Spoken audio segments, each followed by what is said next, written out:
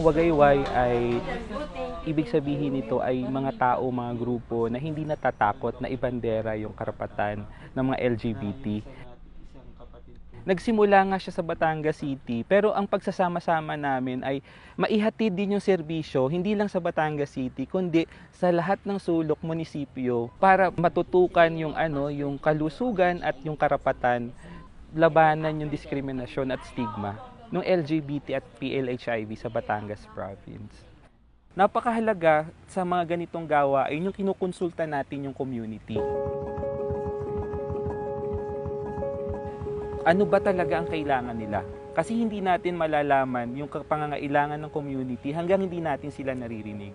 So yun, may mga series ng mga consultation na ginawa yung Wagayway kasama ng mga partners ng TLF, ni Bukala, Claudette Ambida at ng ilang pa nating partners.